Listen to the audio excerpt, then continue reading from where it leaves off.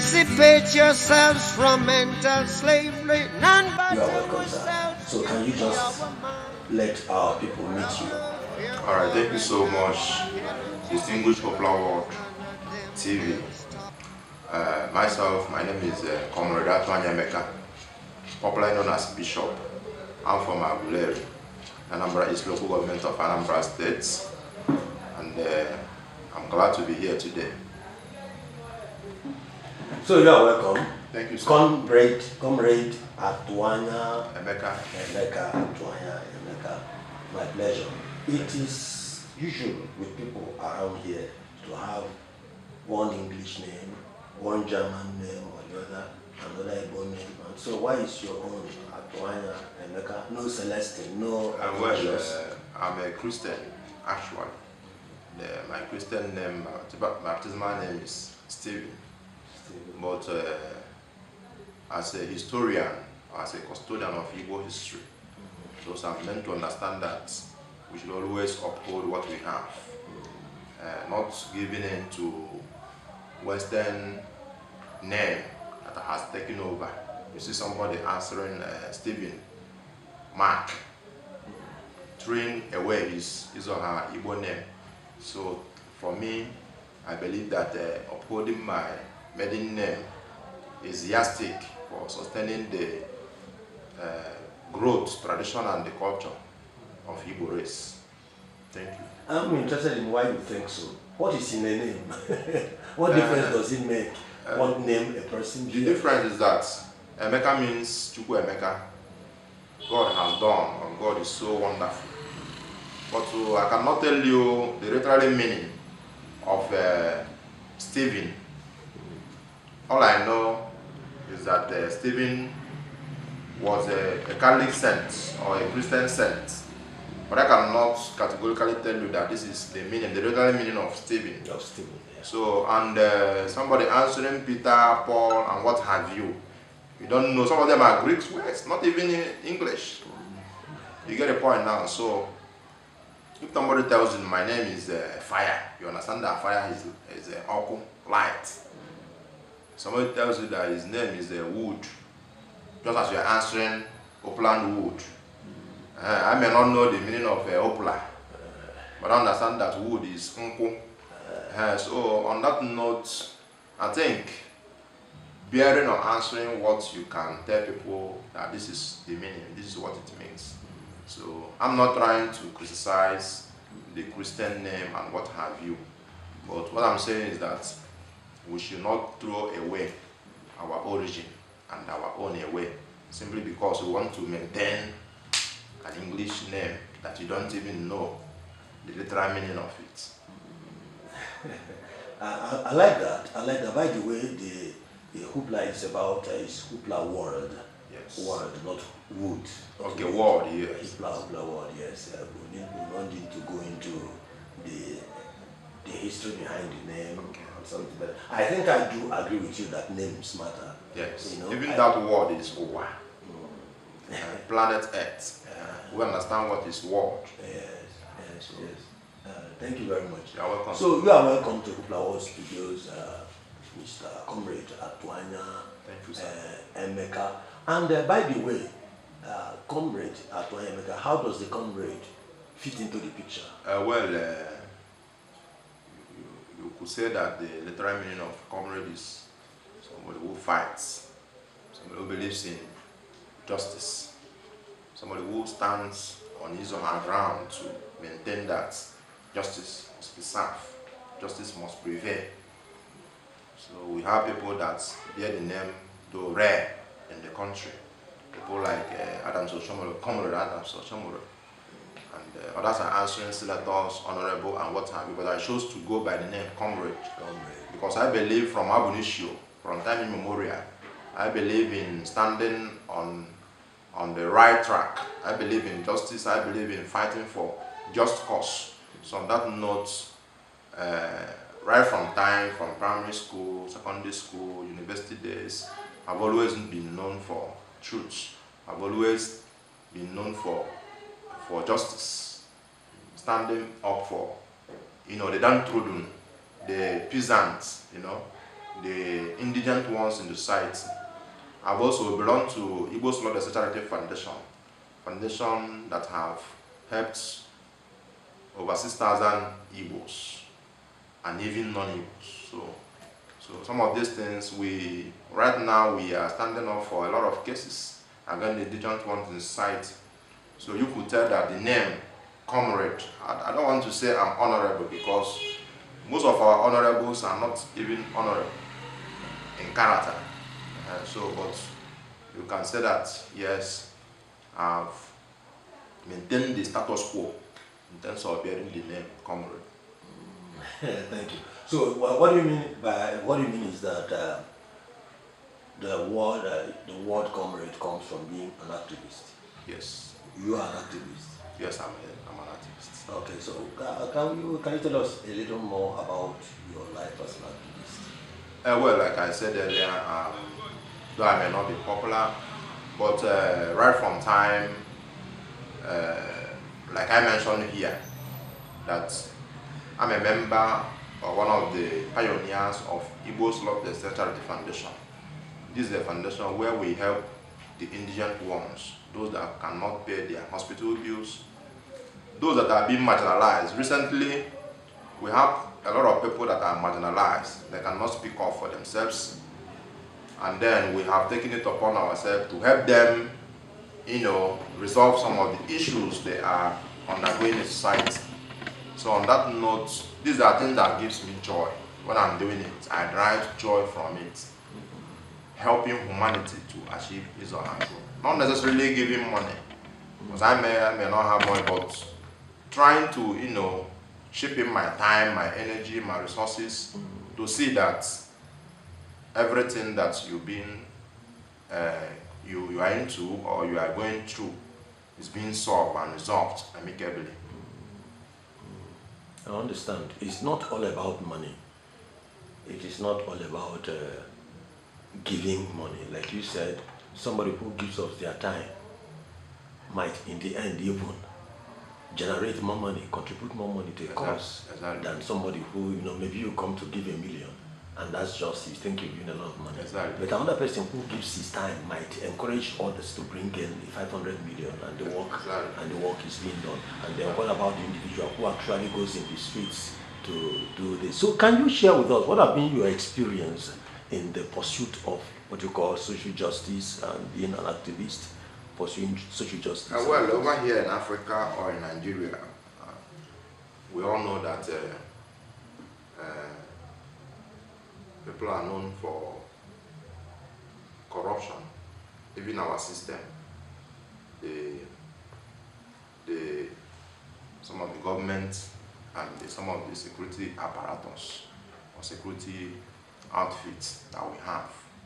So they don't measure up with their modus operandi. They don't measure up with their mode of operation.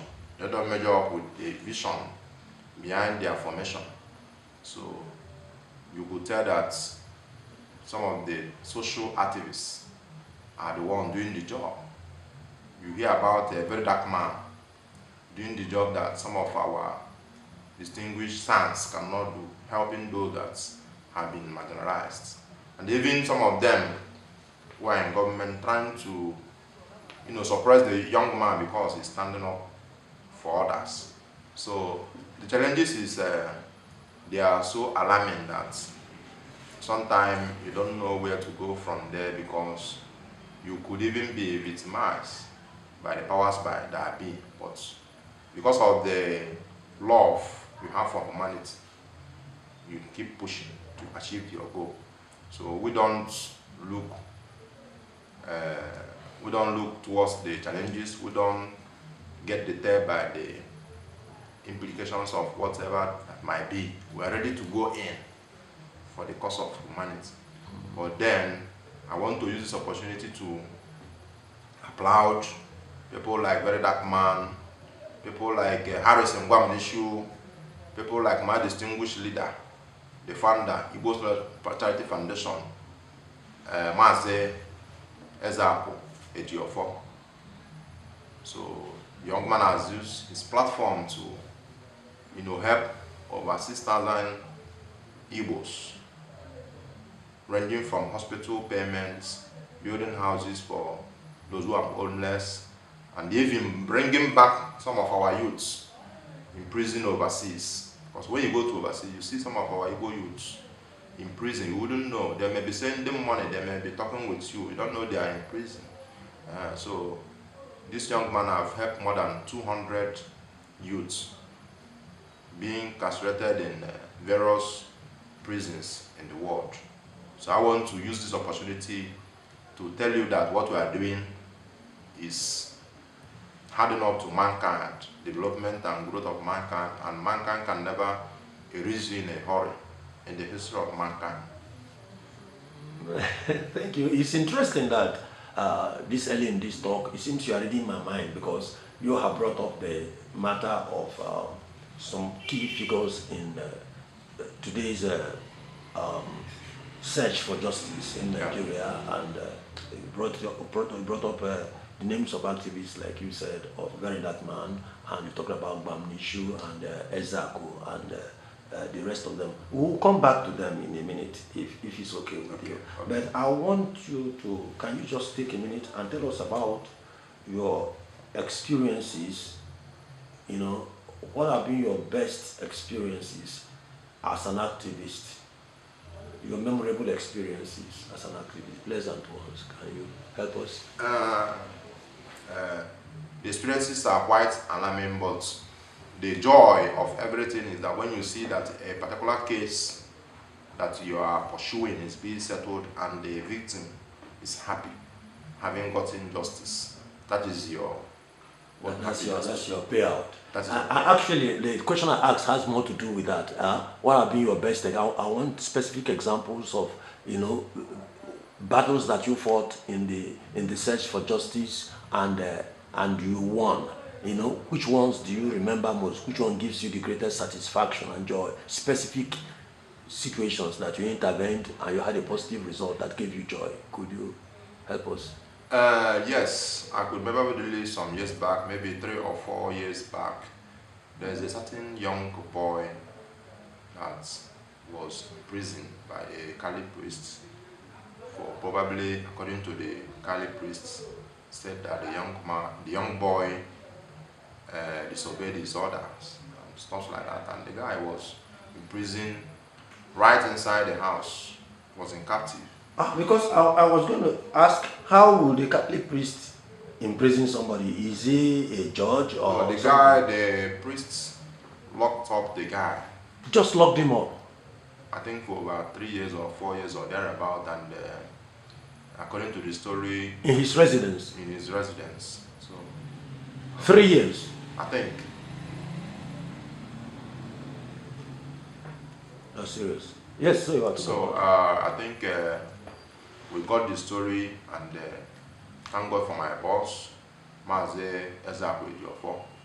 We stood up for the young guy after getting involved and informed about the story, and then we followed it up, and to the glory of God, the young boy was released from detention, and today is doing well. So these are some of the stories that I remember, and so many of them that I cannot. That's quite interesting. If I may ask, so what happened to the father that locked up this person? No, I can't say, because like I told you, the society, the authorities will always be corrupt. You know. You are not telling me that he got away with that? I can't really tell what happened afterwards, but I know that But this actually happened. This happened. Our job was to see that the young boy was released from detention, and then thank God he was alive, and we took care of him, took him to the hospital and stuff like that, and he survived the whole thing. So these are a lot of things. Currently we are fighting a case where you must have heard recently, where a young priest flogged a woman of about 50 years or 50 years plus, I think in Abagana. Flogged?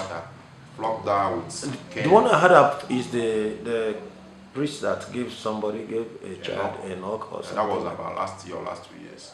The priest later apologized. But recently this one happened, I think last month. Habagana here. So, and the woman, according to the priest, the woman, okay, yes, that's in school. In school, in yes. school, yes, yes. They said the woman slapped the priest, the young priest, and he got provoked, and then started flogging the woman. But when we interviewed the woman, because she came to our office, the woman said she never slapped the priest.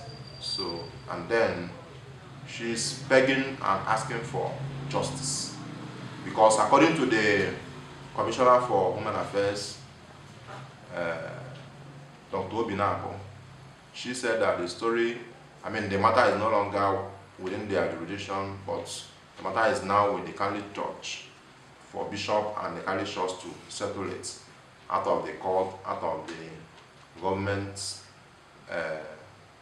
normal appropriated. She was a Catholic because she was teaching in the school, working there, so I think she's a Catholic. So, but we're trying to find out, investigate the matter, and make sure that justice is being passed, so that the woman will be happy, that she's not just being bullied. Today is an International Women's Day. Exactly, yes. So I think it's also good that we're talking about this today. That we're talking about this. Yes, yes, yes. The women are the one they are the one at the receiving end. We saw recently how a woman was suspended yesterday or 2 days ago from the Senate, the red chambers. Yes. Because she stood up on her feet and said that the Senate president was asking her out, was harassing her sexually. So, and she was suspended. So, but I'm not trying to say that I don't know about the case. I was not there. I've not investigated the matter. But what I'm saying is that we should always respect our women, because we all back home, we all have women like our mothers, our sisters, our daughters. So today being the International Women's Day, yes, it is a day for us to say, okay, look, how can we carry our women along society, make society livable for them, so that they will not feel inferior and minority to society. I think it is significant, like you have said, that today is an International Day for women, and you know, because it wasn't intentional, but as you begin to talk about this issue of injustice in society, talk about this harassment, both sexual, physical, we've cited an example of accusation of sexual harassment, and we also talked about 2 cases or so of physical harassment, physical abuse of women, you know. So how do you think that this sample that we have seen, is it typical of the society? Are women actually being so abused? Are women actually being so harassed? Yes. From your work as... Yes. Our women are being so harassed, even on a daily basis. It is here in Nigeria that when a woman is looking for a job, you see the MDs, the CEOs, the directors, and what have you, wanting to have carnal knowledge of these women before they could get the job. And when they don't, you deny them of their rights and say they are not qualified for the job. So that's an harassment. It happens on a daily basis, even today. In the markets, when you go, I live in Onitsha. I've been in building materials, I've been in Mbuko Obosi. I know what is happening. And it's good we are telling this to our brothers, if they are hearing, that is not good.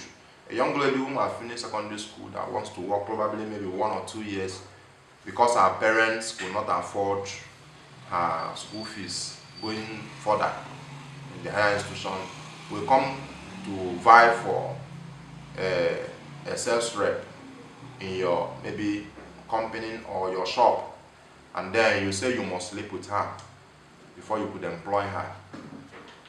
So some of these things are wrong, and they are part of the harassment that we are talking about. We should have a society where women are free to express themselves. Society where women are free to be given what is due for them, possess what they are supposed to possess without any atom of, any iota of harassment and being bullied and being suppressed, being oppressed because of one thing or the other. and so many other things. We've seen in the families, even domestic violence, where men are beating their wives and what have you and stuff like that.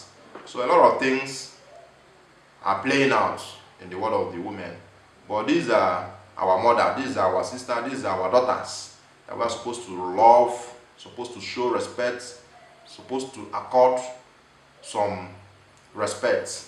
That is why in the Europe or part of the Western world, they treat women case very critical.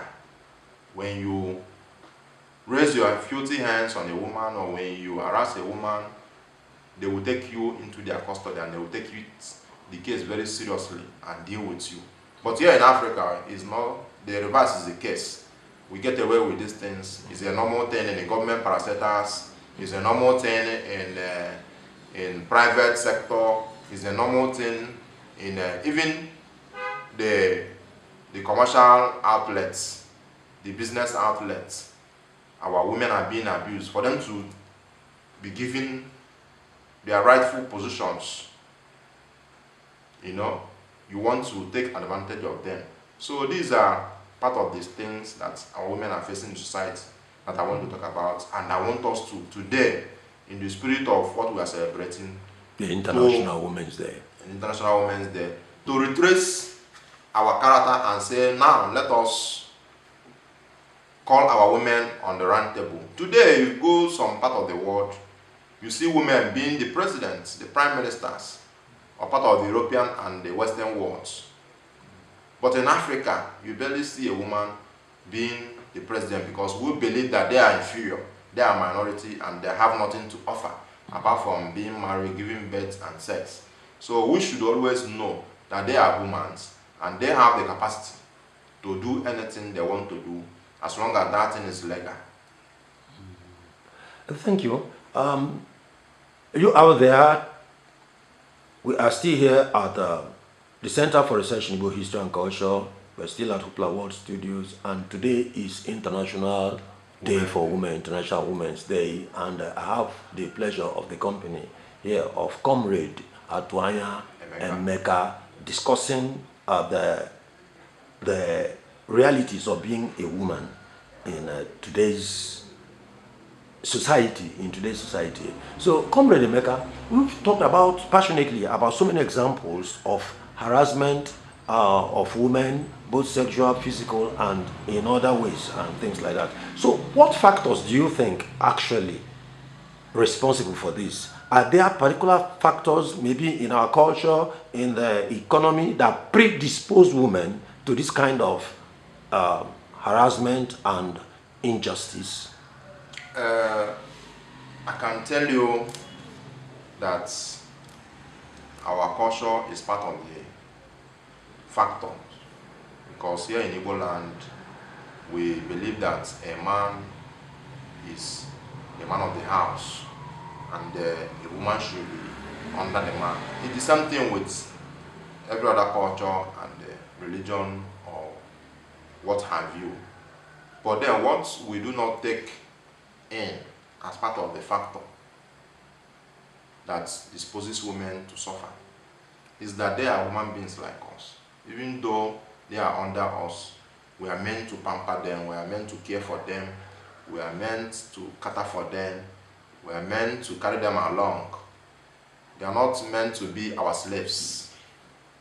They are not meant to be our slaves or what have you. But over there in the Western world, they respect their women very well, very much that they don't joke with them, they carry them along, they bring them even in the politics. You see women holding a lot of government parastatal, being the head of so many offices, taking positions that men ordinarily in Nigeria or in Africa would be dragging. So over here, we don't want to give them that particular positions like being the governor, being the president, being the Senate president. We want them to remain maybe being just member of the Senate, member of the State House of Assembly, or member of the House of Representatives, Federal House of Representatives. And then, how many of them are there? In the whole of the Senate, we have 109 something Senate members. There's only 4 women. 4 or 3? 3 or 4, I don't know. I think 4 or 3. Okay. You go to the other green chambers, you have few of them. In Nigeria, in the whole of Nigeria today, no state has a woman as the governor of any state. Because ordinarily, even me, I don't believe that a woman should be above me. That is the mentality. And that is why they are suffering. But in overseas, they don't see it that way. We are aware that the almighty Britain, UK, United Kingdom, a woman was once their prime minister. Yes. And so many other great Unlikely nations. to be again. Unlikely to be again. To be again. Then now, comrade, do you really think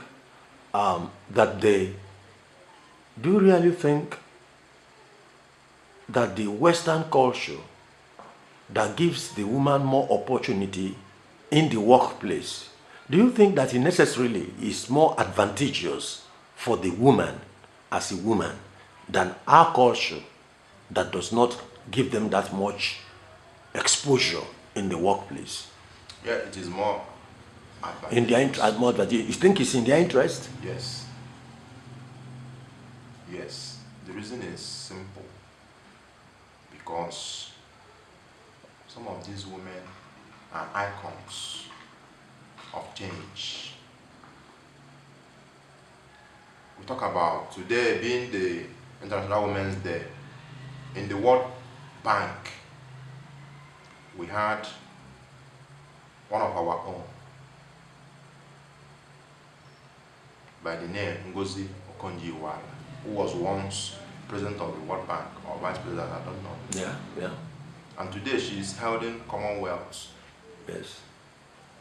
Not just because she is a woman, but because what is in her that they saw, they say, yes, we are capable.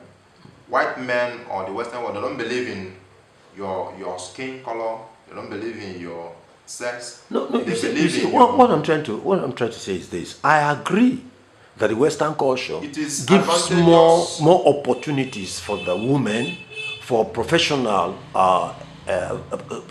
enlargement, will I say, and things like that in the workplace and things. But do you think that it's more advantageous than the African cultural setting that they are not giving? Which one do you think actually gives more glory, more honor to the woman? That is what I'm trying to stress. In our traditional cultural setting, do you see a situation where women get abused as you see in the Western world?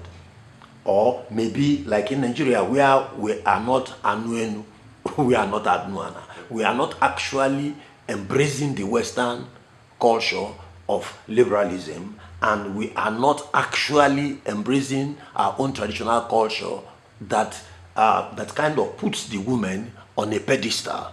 So we are neither doing this, nor are we doing that. I think it's the same thing with our political system. Yeah. You know, we are neither practicing the American presidential system, nor are we, it's just confusion. So what I'm saying now is our traditional culture puts the woman on a pedestal and does not expose her. Like the cases we had, people like that woman that was flogged. If she were not working in an office, do you see that kind of situation? Can you think in a traditional setting where a person, whether it's a priest or whatever, will come and flog another person's wife? Can you conceive of that in a traditional setting? No. The cases of abuse, you know, sexual harassment, like we've talked about, the alleged case between Apoti and the Senate president. Yeah, yes. Can you conceive of that happening in traditional setting? Say in the northern setting where the woman is separated. You know, can you just fathom that happening? On the traditional Igbo setting, can you think of a situation where the woman will come under? In fact, the entire Igbo history up to 50 years ago, can you just imagine sexual harassment of a woman? This is a very controversial question, because the difference between the Western world and here, like I just mentioned earlier, is our mentality. My position is that the Western system, yes, it gives more opportunity for self-expression to the woman, but also exposes the woman I understand. to abuse.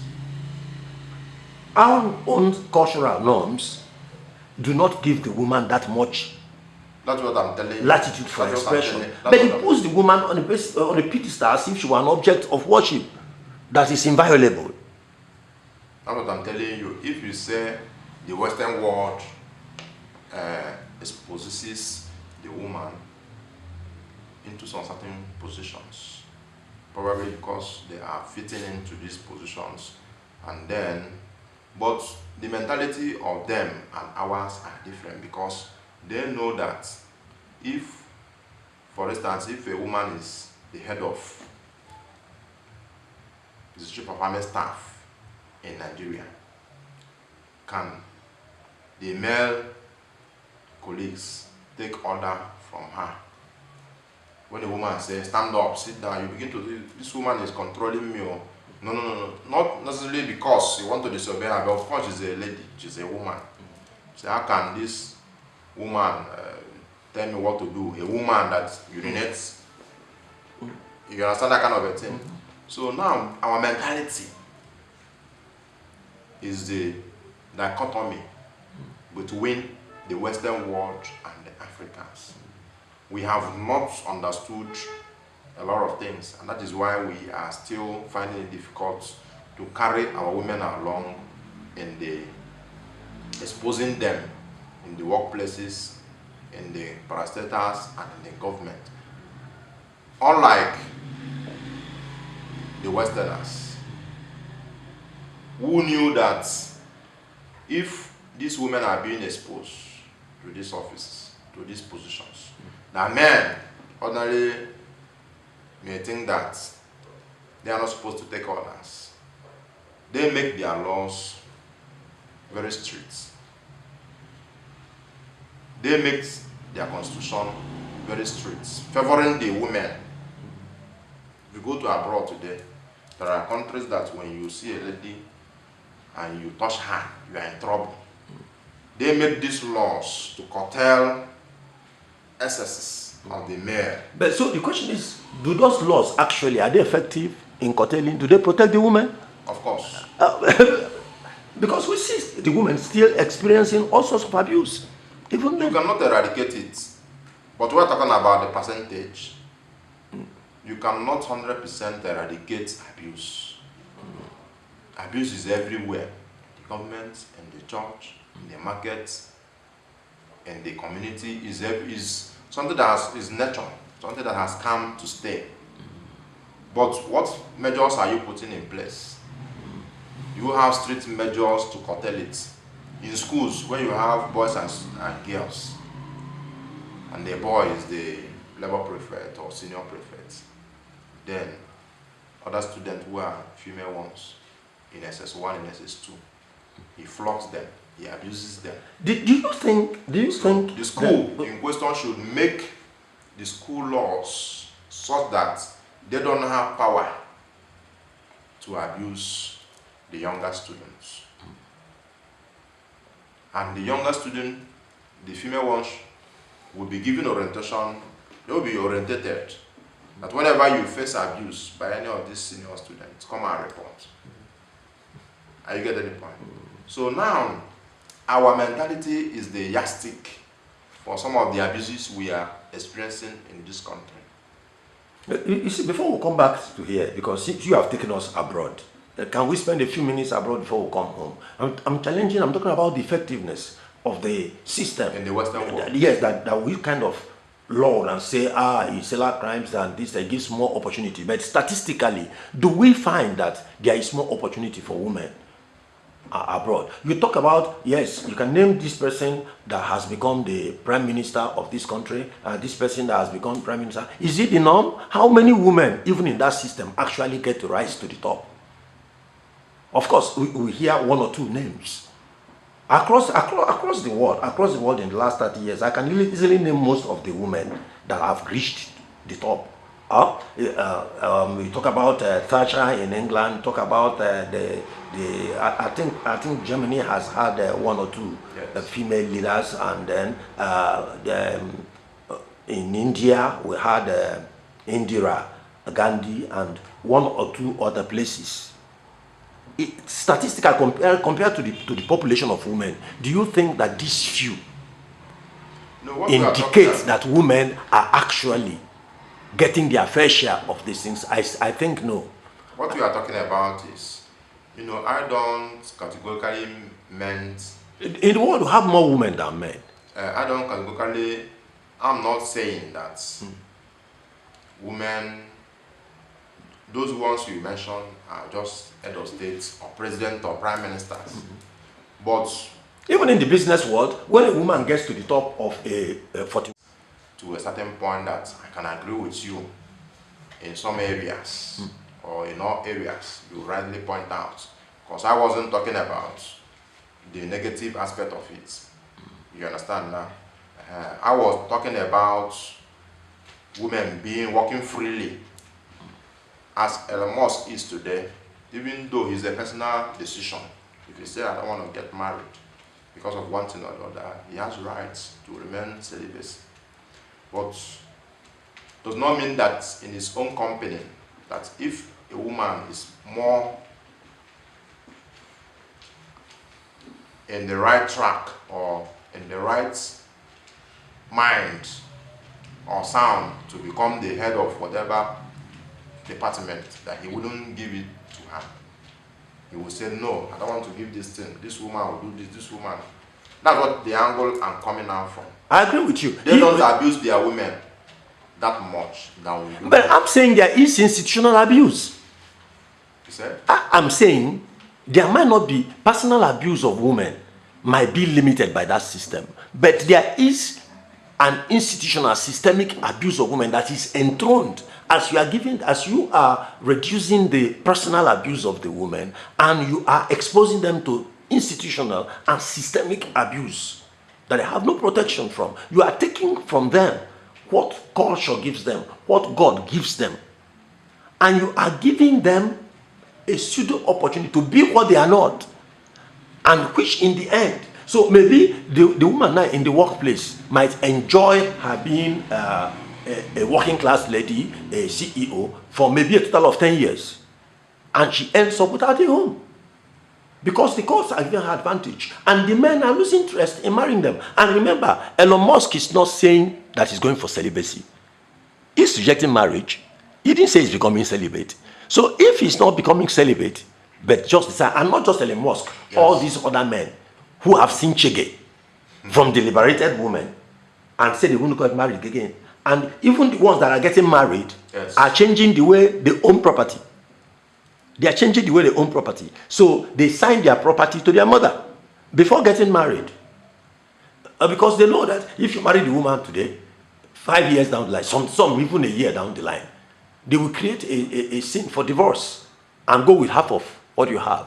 So one, the men are refusing to marry because of that. And then the ones that married make sure they create systems where the woman will get nothing if there's a divorce. When the woman now engineers the divorce, she finds herself empty-handed. So is he paying the woman? So if the woman actually rises to the top of her bank or whatever she is doing, she gets to the top of it. She stays there for 5 years. And then by the time she has done with her service, she finds herself single. Many times without a child in old age. The protection that the home gives, the protection and comfort that having a man and a family gives, she doesn't have it. She doesn't enjoy it. Meanwhile, she is passed around from man to man. As they say, the street is wicked. The street. She begins to, in latter life, she begins to actually experience that. And this time, she will have nobody to blame. Because nobody is responsible for her. She doesn't have a family. She doesn't have a husband. She doesn't have children. So who protects her? Who fights for her? So those 10 years, 20 years in the corporate world, that she achieves, that liberty she achieves and enjoys for 20 years, which is taken from her at the end of 20 years, by the age of 50, 60, and she lives her life for the next 40 years without help. Is he paying the woman? But do you think that they are